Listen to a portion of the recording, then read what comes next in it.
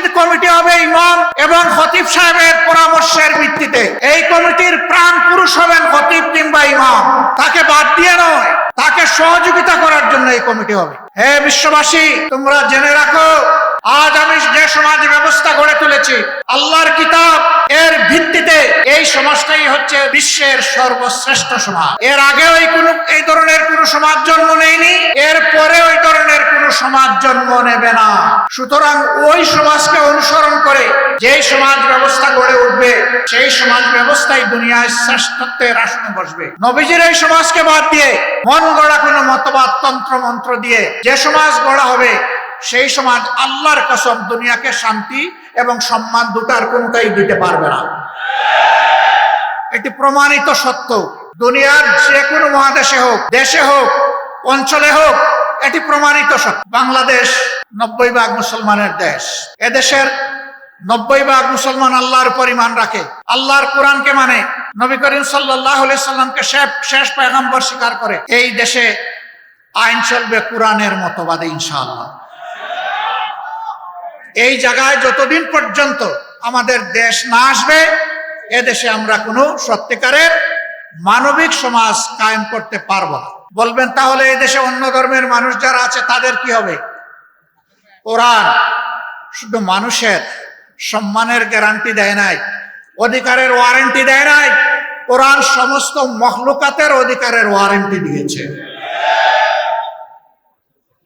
মানুষ তো অবশ্যই, মদিনায় যেমন সকল ধর্মের মানুষ পূর্ণ ধর্মীয় স্বাধীনতা, নাগরিক নিরাপত্তা এবং অধিকার ভোগ করেছেন, আল্লাহর দেওয়া আইনের এবং বিধানের ভিত্তিতে আমাদের প্রিয় দেশেও যদি সেই সমাজ ব্যবস্থা কায়েম হয়, ইনশাআল্লাহ তাআলা লাজিম সেই অধিকার প্রতিষ্ঠিত হবে। কাজেই এখানে একটা দাবি দেখলাম, 7 দাবির মধ্যে একটা দাবি যে মসজিদ কমিটিতে ইমাম এবং খতিব সাহেবদেরকে সম্মানের সাথে অ্যাকোমোডেট করতে হবে। আমি আপনাদের এই দাবির সাথে একমত না। মসজিদ কমিটি হবে ইমাম এবং খতিব সাহেবের পরামর্শের ভিত্তিতে। এই কমিটির প্রাণ পুরুষ হবেন খতিব কিংবা ইমাম, তাকে বাদ দিয়ে নয়, তাকে সহযোগিতা করার জন্য এই কমিটি হবে।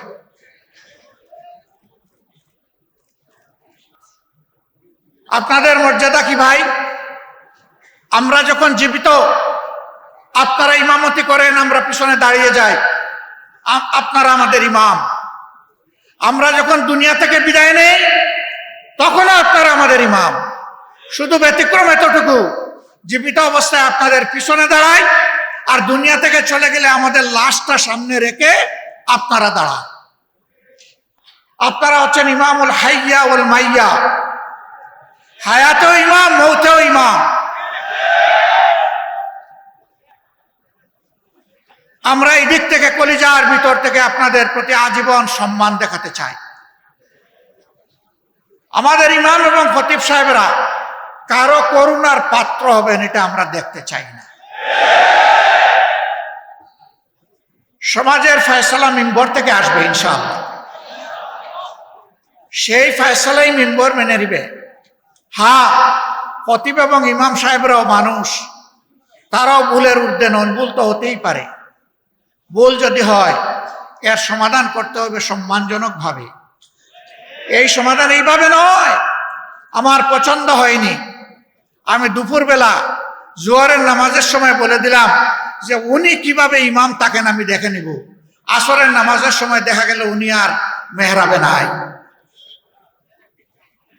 আমাদের ইমাম এবং খতিব সাহেবদের জন্য আমরা এমন ফয়সালা চাই না, এমন ফয়সালা বরদাস্ত করব না।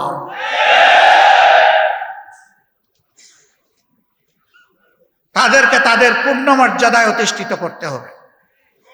আপনাদের দাবিগুলা খুব ছোট, কিন্তু এত ছোট জায়গায় পড়ে থাকলে হবে না। আপনাদেরকে এই সমাজের দায়িত্ব নিতে হবে। নামাজের ইমাম যেদিন সমাজের ইমাম হবেন, সেই দিন ইনশাআল্লাহ আমরা সত্যিকারের মুক্তি পাবো ইনশাআল্লাহ। আজ যেমন আপনাদের অনুসরণ করে আমরা গর্বিত, প্রীত, তৃপ্ত, সেই দিনও আপনাদের অনুসরণ করে আমরা গর্বিত, কৃত এবং তৃপ্ত হব ইনশাআল্লাহ। এগিয়ে আসুন, জোর কদমে এগিয়ে আসুন। আমরা আজকেও আপনাদের পিছনে, কালকেও আপনাদের পিছনে থাকবো ইনশাআল্লাহ। এবং আল্লাহ তাআলার কাছে দোয়া করি আমাদের হাসরও যেন আপনাদের সাথেই হয়, পিছনেও। নামাজকে আল্লাহ কবুল করে সমাজেও আমরা নামাজের আদলে আল্লাহর আইনের আলোকে যাতে চলতে পারি, আল্লাহ আমাদেরকে এই তৌফিক দান করে। আমার এই বক্তব্য কারো বিরুদ্ধে নয়, এ বক্তব্য আমার ইমানের পক্ষে। সুতরাং বক্তব্যের বিষয়বস্তু একেবারেই স্পষ্ট। আল্লাহ তাআলা আমাকে এই বক্তব্যের বিষয়বস্তুর উপর প্রথমে আমল করার তৌফিক দান করুন, আমাদের সবাইকে আমল করার তৌফিক দান করুন, বাংলাদেশের সমস্ত মানুষকে আল্লাহ তাআলা আমল করার তৌফিক দান করুন। আপনাদের নেতৃত্বে একটি সোনালী সমাজ আগামীতে তৈরি হবে, সেই প্রত্যাশা ব্যক্ত করে আমার কথা এখানেই শেষ করছি। তার আগে আমাকে এখানে দাওয়াত করে সুযোগ দেওয়ার জন্য মহান রবের প্রতি গভীর কৃতজ্ঞতা আদায় করছি, আপনাদেরও শুকরিয়া আদায় করছি। আসসালামু আলাইকুম ওয়া রাহমাতুল্লাহি ওয়া বারাকাতুহু। জাযাকাল্লাহু নারায়ে তাকবীর, নারায়ে তাকবীর। আসসালামু আলাইকুম ওয়া রাহমাতুল্লাহ। সম্মানিত খতিব এবং ইমামগণ,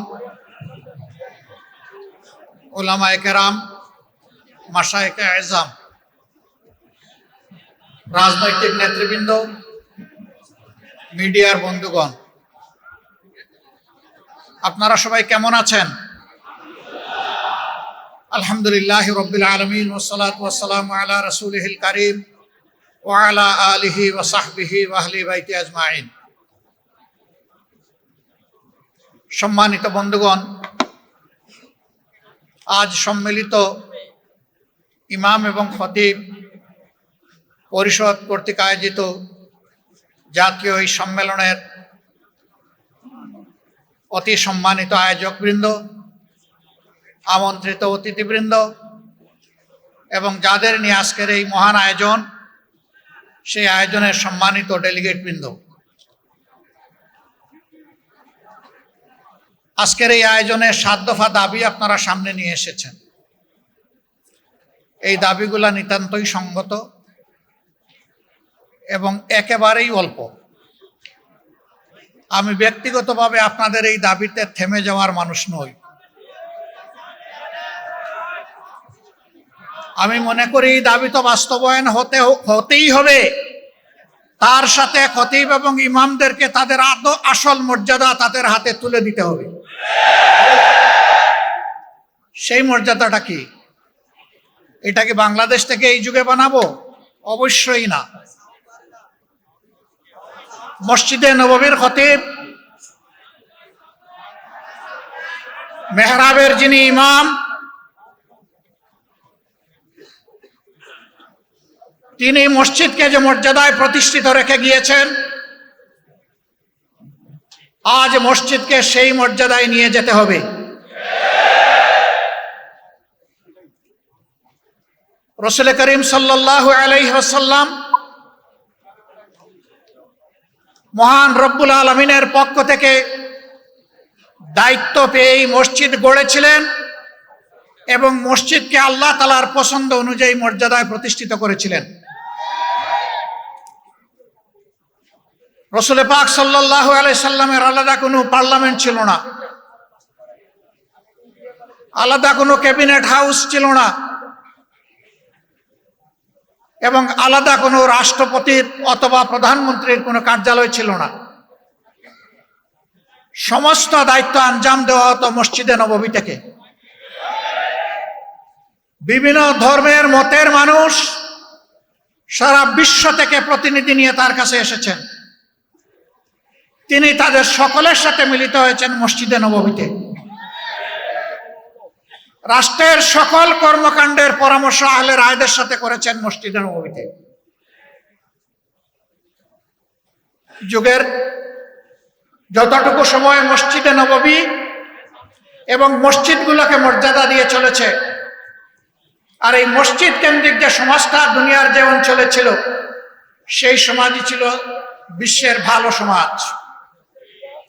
আর রাসূল করিম সাল্লাল্লাহু আলাইহি সাল্লাম যে সমাজ মসজিদে নববীকে কেন্দ্র করে গড়ে তুলেছিলেন, সেই সমাজ সম্পর্কে আল্লাহ তাআলার পক্ষ থেকে তিনি সার্টিফাই করে গিয়েছেন, খায়রুল কুরুনি কারনি সুম্মাল্লাযীনা ইয়ালুনাহুম সুম্মাল্লাযীনা ইয়ালুনাহুম।